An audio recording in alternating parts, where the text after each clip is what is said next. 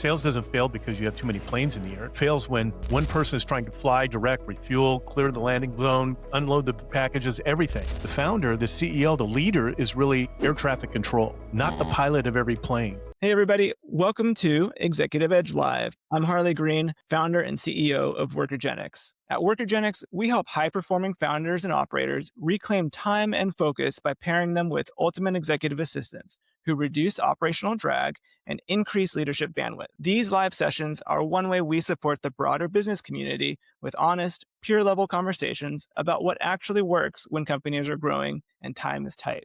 Today's conversation is focused on delegation that drives sales. Founders know that sales drives growth, but too often revenue opportunities stall because leadership time is buried in follow-ups, scheduling, and day-to-day execution. When everything runs through you, selling becomes reactive instead of intentional. So today, you'll hear real-world perspectives, practical trade-offs, and honest insight from operators who've helped founders remove themselves as the bottleneck without breaking momentum. So today, let's dive in and start by meeting our panelists. Eric, we'll go ahead and start with you. Feel free to introduce yourself and let everyone know where you're coming from and what your business is. Thanks very much, Harley. So my name is Eric Sambaluk. I'm the owner and founder of Sambaluk Consulting. It's a business strategy firm, and we help companies with everything from initiatives to projects to market entry. I'm also the Chief Growth and Strategy Officer for Nomad Cyber Concepts, which is an AI governance firm. Awesome. Thank you, Eric, for joining us. Jennifer. Good afternoon, everyone. Jennifer White with the MJW Group. We specialize in enhancing operational efficiency and leadership capabilities, delivering time and cost savings for organizations. Awesome. Thanks for joining us today. And JB. Hi, everybody. My name is JB Herrera, and I am the founder and CEO of Synergi AI and Insight-Driven Business. Specialize in designing AI ecosystems that are values-based. They're scalable, human-first, helping organizations move beyond shiny tools to disciplined execution. We're here in Northern California and proud to work with a whole series of small to medium-sized businesses. Awesome. Thank you, JB. And last but certainly not least, Wendy. Hi, everyone. I'm WendyY Bailey. I'm a fractional COO for coaches, speakers, and trainers, millionaire coaches, speakers, and trainers. And I partner with them to look at their operational infrastructure and get rid of the bottlenecks that they create. As a former coach, I'm also a leadership coach. So I coach the founder to be sure the founder understands what it takes to grow, scale, and drive revenue in a way that represents that growth for them. I'm outside of Atlanta, Georgia. And, the big thing I can say is companies need operational support in order to drive revenue. Awesome. Well, thank you for joining us, all of you guys, for being here today. We'll jump right in with the first question. This is just an open question to the panel, so feel free to jump in if you want to address it first. So the question is, when you hear delegation that drives sales, what's the biggest misconception you see founders make about that delegation as it relates to sales and revenue? I'll jump in here first. I think that a lot of times founders look at sales as what's necessary, and so they throw bodies at it rather than making sure they have the right people performing the right kinds of tasks and activities. So throwing bodies at it is not the answer to drive sales revenue or sales or revenue. It really is about making sure that you understand what you're doing, how the organization works, and what's going to drive the sales, and then make sure you hire the right people. That's kind of part of another question, but I think you got to hire the right people and not just throw bodies at it. I would agree with you, WendyY. I mean, really, from my perspective, the biggest misconception is about delegation is really about offloading work, right, and becoming more efficient. I think really delegation that drives sales is about protecting the judgment that you have in your company, right? Founders don't lose revenue because they delegate too much.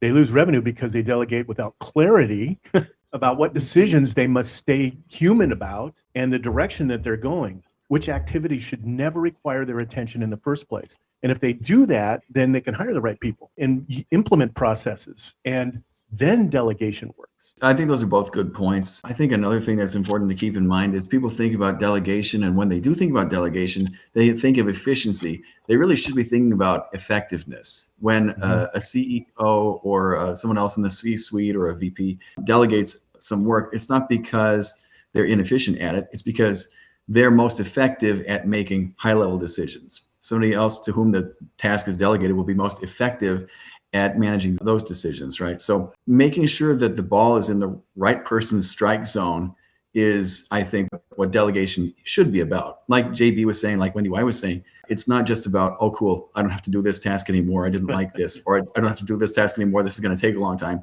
It's about every hour is spoken for, especially true of founders and entrepreneurs. So you want to make certain that you're being as effective as possible with every minute, every hour that you have. I agree with Eric's points as well. Sometimes, founders or C-suite may think of delegation as, trying to get rid of something or delegating that task, rather. I think a misconception is thinking that sales is a task. It's a driver of growing revenue, as WendyY stated and Eric has stated already. And I think a big misconception is thinking delegation happens after the company is successful, when in reality, it should be driven all along the growth journey, and having that buy-in of everyone involved in that process is what really grows the company. I also think that when you think about you're a founder, you're a C-suite manager, you've got to delegate in a way that gives the whole program, the whole task, the whole activity with all of the details for that person to be successful in executing on what you delegate to them.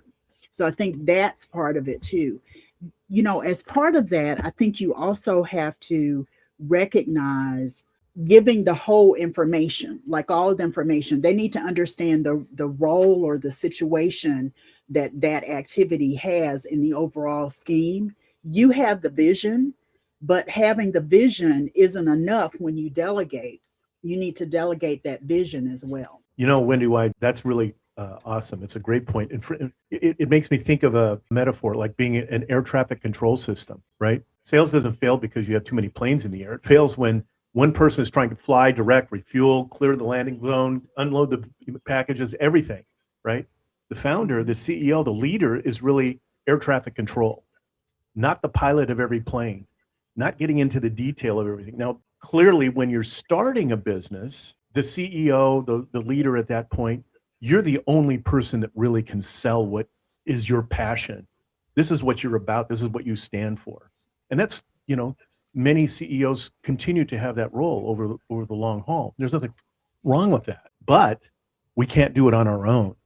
And sometimes we have this thing in our heads that says, I'm the only person that can do that. No.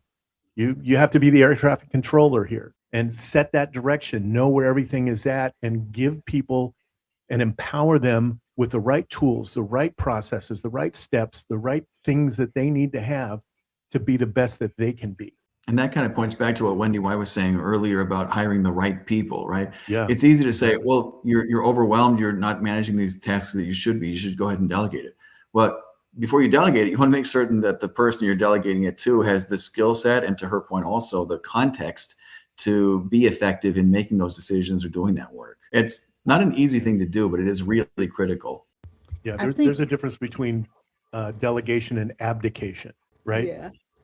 I love that analogy. I think too that when you delegate in a way that's effective, that means you've got to hire the right person, but you ask questions as you're looking to hire them to know what kind of fit they're going to be. You look at experience, you look at tools and systems they know, you look at, these days you want to know what kind of AI they understand as well, and how they use it. Not so much what, but how they use AI in what they do every day to make their work easier. I also think you want to look at their expertise and their education, not from the standpoint of what school did they go to, but what did they learn and how do they apply it in their day-to-day work. Awesome. There's some great insights starting off strong here. I love it. WendyY, I want to go to you for this next question first. From an operational leadership perspective, where do you most often see delegation break down for founders who are trying to protect their selling time? It goes back to what I said before. It's throwing bodies at it rather than the right bodies. It's making sure that the breakdown happens when they throw bodies at it rather than making sure they have the right person for the job and they've effectively delegated the whole activity to them and supported them in some degree of autonomy so that, the founder is not still stuck in the middle of trying to make things happen around that. That comes into play in a big way as it relates to sales, because a lot of people that you delegate to these days as a founder are people who are helping you with your lead generation or your lead management. And when you look at those two areas in particular, you've got to make sure that person understands that it's driving sales, how it's driving sales, and what their contribution is to that. So right person, right job, right education, right understanding of how it affects the overall business, and so much more. JB, I want to go to you next. You work at the intersection of systems, judgment, and technology. How should founders think about delegation when tools and AI are introduced without losing clarity or that human decision-making in the sales process? Yeah, that's a great question. It's the core of what I've stood for, going back to my first jobs coming out of Apple back in the 80s. Founders need to stop asking, what can AI do or what can these tools do? And start asking, what judgment must remain human? Tools and AI are phenomenal at preparation, at pattern recognition, at follow through, but sales still lives in human judgment, reading context, sensing hesitation, knowing when not to delegate, when to delegate, what kinds of things need to be done that are supporting that particular prospect at that moment in time. Delegation doesn't work to tools like AI. And I know AI very, very well. This is, while everybody's doing this now, my first foray into AI was in 1993. So when you start thinking specifically about what the tool is designed for, it infers based on what the kinds of input we give it, but it doesn't have the judgment that comes from experience. And that experience comes from being around people and having your own values, your own decision-making capabilities. Those are things that an AI can be given rules about. That's not judgment. So, technically, the danger isn't in utilizing automation. It's that term again, abdication, right? When founders let their tools make their decisions, they haven't consciously designed anything, then clarity erodes. And when clarity erodes, your sales go down. You start to drift if you really think about it. So you have an ICP, right? An ideal client profile. And let's just say hypothetically, there are 5 particular points for that ideal client profile. And then you have a salesperson comes in and they say, you know what, we got this opportunity. It's really awesome. But they only have 4 points, not 5. Well, okay, it's 4 or 5. It's okay. We're going to go for it. And so you close the deal. So now your ideal client profile is here. And now you've started to have somebody that's not your ideal client profile. And the next person comes in and they have something, they only have 3 out of the 5. So now you're over here. And pretty soon, your ideal client profile here and your sales are over here on this side. And that creates all kinds of problems because your systems are designed for that ideal client profile. They're not designed for all of these other people that are over on, great people, good businesses, valuable all, but you've started to drift away from the things that you stand for. That's why human judgment has to be continuously part of the process. And AI and tools don't do that. And I'm a technology guy, right? I'm going to be the guy that says we need to build systems and build tools. And I do that, but it's always with humans first, right? It's human brilliance augmented with AI. Yeah, I think JB makes a great point. I think AI is really an exciting and kind of frightening new realm for a lot of companies, especially, well, really every size of company. And more companies are starting to realize the need for governance in their use of AI, right? They have their policies, but they don't necessarily have their guardrails up. And in many cases, because they don't know where those guardrails should be. So I think working with the right partners to help find where those should be for your business, because it is a tailored solution. It's not a one size fits all baseball cap. I think that's a really critical thing as you start to use AI as a force multiplier. It's a really good point, JB. We should probably talk from a governance perspective For sure. because we need to really advise leaders, especially when we come talk about sales and how the implementation of that works. The danger of allowing it to run unfettered is really big for any company, right? It doesn't take very long for, again, that little drift to happen. And that's on the sales side. And now if you have marketing people who are drifting in a different direction, and if you have your support team that's drifting in a slightly different direction, all of a sudden the focus that's absolutely required for success has failed you, right? Yeah, it can change the company's whole DNA. Absolutely. I mean, the one thing that I will always remember is when Steve Jobs came back to Apple, right? And the first thing they did, he said, okay, we're going to get rid of all these products, all these different lines. We're going to focus on 3 products and 3 products only. And that's what they did, right? I mean, I was fortunate, I was there to see that happen. And really what every entrepreneur should be considering right now is making sure that they identify what they stand for and make sure they have their values and goals, not just something that sits up on the wall, but something that's a living document that everybody believes in. They're pulling in the same direction. And when they pull in that same direction, now you can implement tools on top of that. Now you can define processes that everybody believes in because they're part of it all. And then you can use AI. Yeah, I love that, JB, because to your point, sales is over here, everything else is over here. And if you're in different directions, you're going against the grain and your sales are going to be sluggish. When you have that living, breathing document that you mentioned, it makes such a difference to the overall business because everybody, again, like you said, JB, they're all marching in the same direction. And that really is where you gain traction and it looks like success. I remember working with a client recently, and the client was over here really being visionary and, generating lots of sales, but her team was off doing things or not doing things that she delegated to them. So it ended up being like this huge divide around what got done.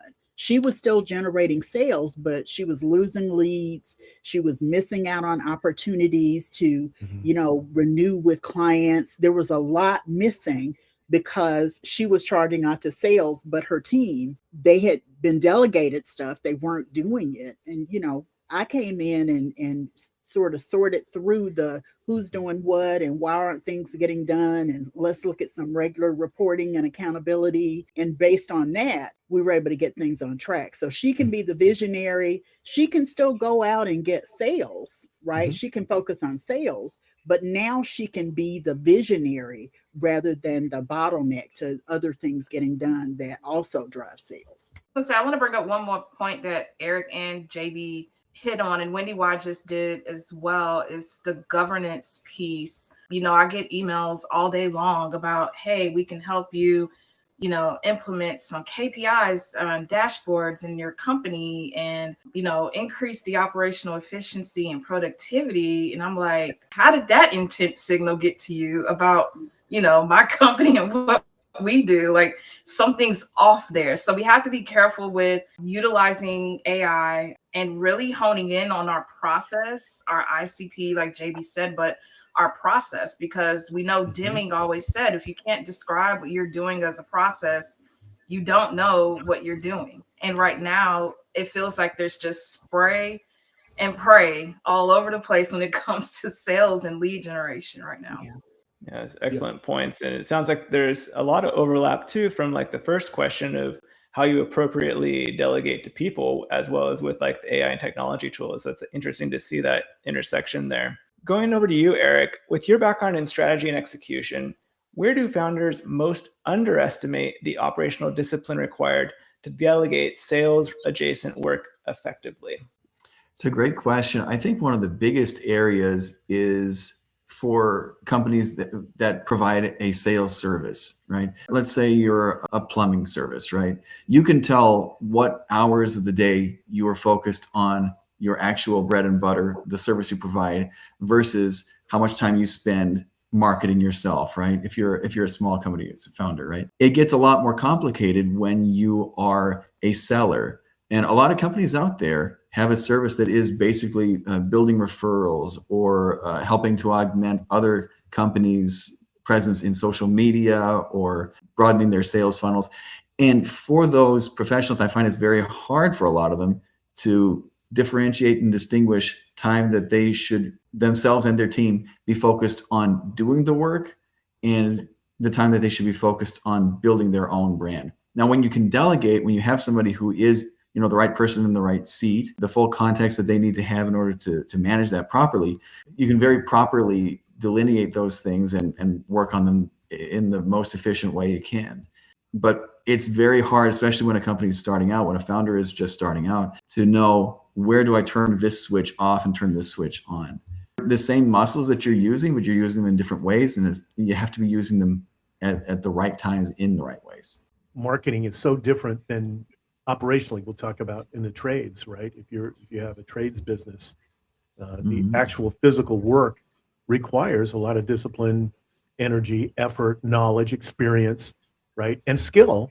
That's different for marketing. You still need knowledge, experience, skill, and all of those things, but in a different way. And being able to understand what your strengths are and where your gaps are, or you're not as strong in those areas, is one of the biggest, I think, opportunities for founders and leaders really to help them build the team around them.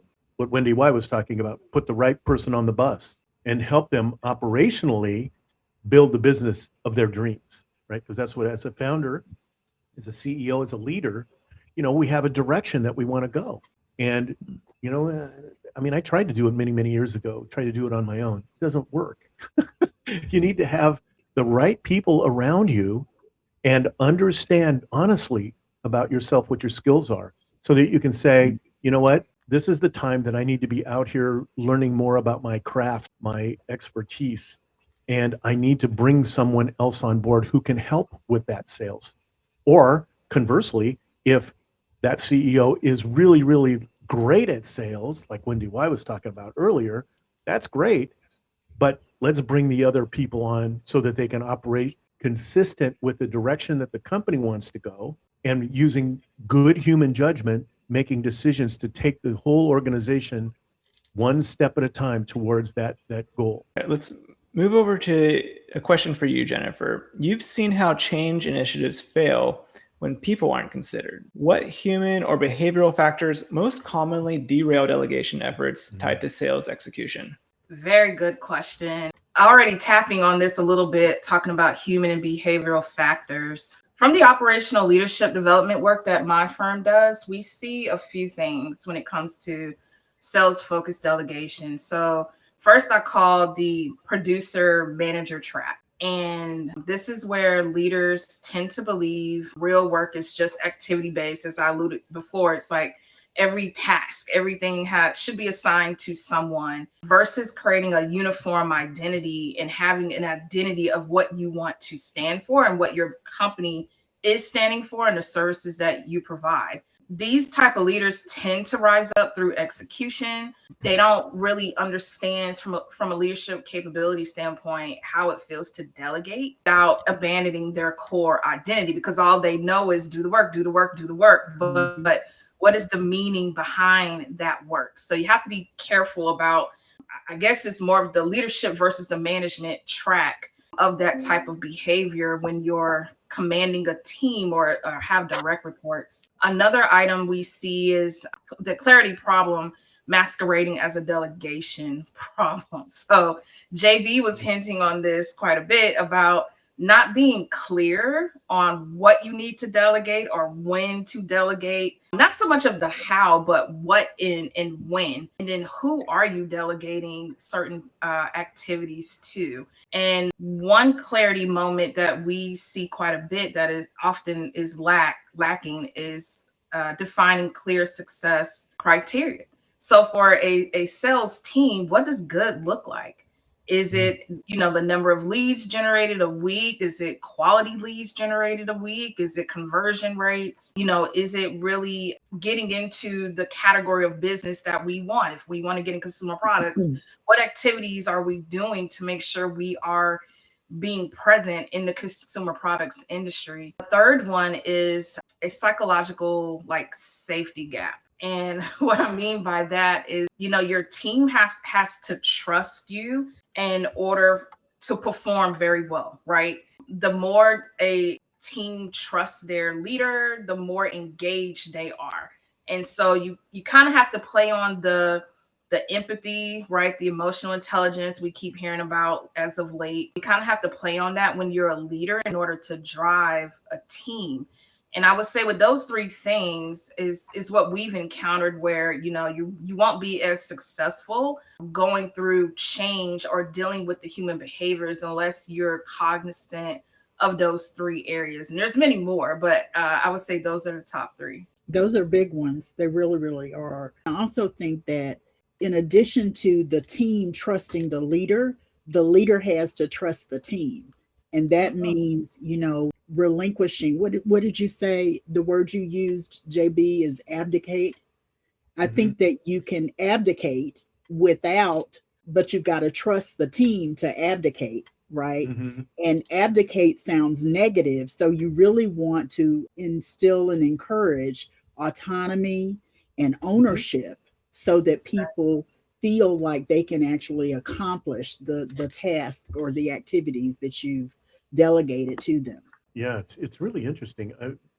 Jennifer, what you said was really just rang true for me on a lot of different levels. When you think about, bringing people together into an organization and all pulling in the same direction, the level of trust has to be very high. And unfortunately, the heat of battle, which is, we're going to get to public companies, it's the end of the quarter, right? Because you have quarterly earnings that you have to announce. And in small companies that are private, it's not necessarily the quarterly end, but it might be every month end. So that ends up being a true test of the direction of your company, of your decision making, and of the decision making of all of the members of your team. They may decide that, oh, you know what, I got to close this. I got to make this happen. I'm tasked with doing that. Maybe our goals, the goals that have been set out and how we're being compensated, they tend to incentivize the person to do that one thing, which could be close more deals, but be inconsistent. That measurement may be inconsistent with the direction of the company, right? We want to close deals, but we want to close the right deals. So now you have a governance issue, right, Eric? And then you have a human problem because, well, you told me that you want me to close this deal. And now you're telling me that I can't close the deal. I'm not saying you can't close the deal. I'm saying we have to close the right deal. Well, we didn't talk about that before. Now all of a sudden trust breaks down. And now you have challenges all over the place simply because you really didn't understand that human component, the human factor of how we need to work together. I wanted to have kind of a trade-off question for the panel here. Now, what's one uncomfortable delegation decision you've made or advised on that ultimately protected revenue growth, even though it may have felt a little risky at the time? I have one. I was in charge of negotiating all the contracts for we had just gone public.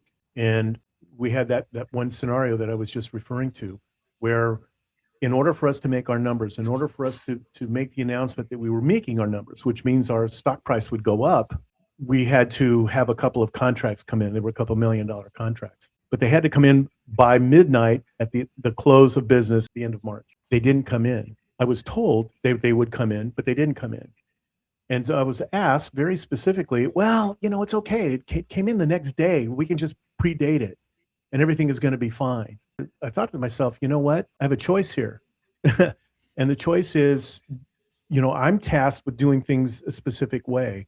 And I know that if I don't do this, if I don't accept this, then guess what? Our numbers are going to be down. The positive side of that was if we do, in fact, say, no, we don't, and announce it to everybody, the likelihood of us getting trust in the marketplace is even higher. So our stock price is going to go up. Well, it turned out that, that's exactly what happened. I was scared to death, right? I was in my early 30s when all this stuff happened. if the company goes down, if the stock price goes down, everybody's gonna be mad at me. I could lose my job, all of that stuff that goes on. But at the end of the day, what your core values are in those times of great stress are going to be the things that enable you to be the best company that you could possibly be. And, that was one of those seminal moments in my career. And every founder, every salesperson has those moments. And look to yourself, look to the team, look at and understand what you're trying to accomplish. And when you're doing that with everybody around you, man, it's an awesome feeling. That's a really good point, JB. I think, and probably a lot of us have had histories like this, but if you work in a place that has a negative or a toxic work environment, you can really notice how people treat the truth. And you'll notice people will tell the emperor all kinds of, colorful gilded clothing that he's wearing. But ultimately, you will have people who are defending themselves and their own interests, working just within the letter of the law of the company handbook, or paying lip service to what the company core values say that they are. Ultimately, the values of the company have to be instilled in every member of the decision-making teams at all levels of the organization, and it has to be actually borne out in reality, right? You can't say, oh, hey, we believe in honesty and being forthright and integrity, and then get mad at somebody for going up to the plate and doing what JB did and being honest, and then punishing them for it in some way or other, right? You have to really walk the walk where that is concerned. And it's harder than it sounds, because especially as organizations scale, you get new people, you get new ideas, you get new backgrounds, you get new, frankly, emotional baggage, if I can call it that, bad habits from other organizations. But, to kind of bring it back to the whole human in the loop analogy that JB was making earlier, ultimately, you have to make a decision in your area, just as the people who you're delegating to have to make decisions in their area. And you want to make certain that they're actually using their own, let's say, moral compass as the defining factor of, what do I do now? That's how you can really trust the people that you're delegating to. And I think that's why change management is so important, but yet it's always swept under the rug, and people feel, or they don't really realize its true existence. Is for that reason that Eric just talked about. Someone has to be the white knight, right? They have to lead the charge, and the messaging has to always be clear and consistent, leveled with the integrity and values of the brand, of the company. And until someone steps up to do that and challenge the status quo, or challenge the bad eggs that may come into an environment, you will always have those little seeps that get into a company and start making it negative. And that's not what we want, right? So there is some truth to someone being honest. And in JB's case, he was able to do that. And sometimes it allows people to see themselves in the mirror and realize what's really happening, and taking the time to acknowledge that with their team and turning it around. Those are the type of clients that we absolutely love to work with, the ones that are transparent, cohesive, and not afraid to challenge the status quo. Yeah, I also think that it goes back to right person, right job. Part of identifying the right person to bring into your organization as a founder or CEO is making sure that you have shared values. Doesn't mean they have to look like you and sound like you. It means that when the rubber meets the road, they have the same level of integrity. They understand the importance of having integrity around issues, that speaking the truth, that being open, that, understanding people and humanity and emotional intelligence and all of that really come into play in a big way. As part of the right person. You've got to make sure you're knowing that right person, and you're bringing in the right person with all of those factors, all of those values, so that, as you grow, the whole team is growing based on those values, that set of values that really drive everything in the business. Yeah. You know what, WendyY, it's really interesting. You use the word integrity. It's a broad term. And what my experience is that many people would not define it the same way, and don't have a story that explains it even in a similar fashion. And so for us as leaders of our organization, it's incumbent on us to identify how we would not only define what our core values are, but explain them in such a way that everybody feels it, that they can incorporate it into their role. And in sales, it's even more important, right? Because in sales, generally, it's a money-focused reward system. And a money-focused reward system doesn't necessarily translate into a values-based reward system. So looking at it from that perspective, if we can identify what these principles are, it will go a long way towards making sure that you have the right people in your sales team, right? Which is what you're looking for, who will acknowledge that, oh, you know what, maybe I shouldn't do it with this particular prospect. And I'm going to choose not to do that, and report that up, through the sales team and have them rewarded for that, because that's a great decision for the company. That's awesome. But we don't necessarily measure that. So it's one of the things that, is we try to build our AI platform for small businesses. That's one of the things that we put in there is a measurement of those types of decisions that are made that are not traditionally measured. Measure what matters. And if that's what matters in your organization, then you better put the implementation in there that enables you to do that. Awesome. Well, thank you everyone so much. We're coming up on time here. Want to have one final opportunity for those that have been listening and want to continue the conversation with you. Share, what's the best way for people to connect with you, whether it's on LinkedIn, website. We'll start with you, WendyY. Well, first of all, I'm WendyY Bailey on all platforms. Just remember the Y in the middle and you'll find me everywhere. Instagram, LinkedIn is where I post most of my fractional content. I'm on Facebook. I also have a YouTube channel that I'm, sort of rebooting.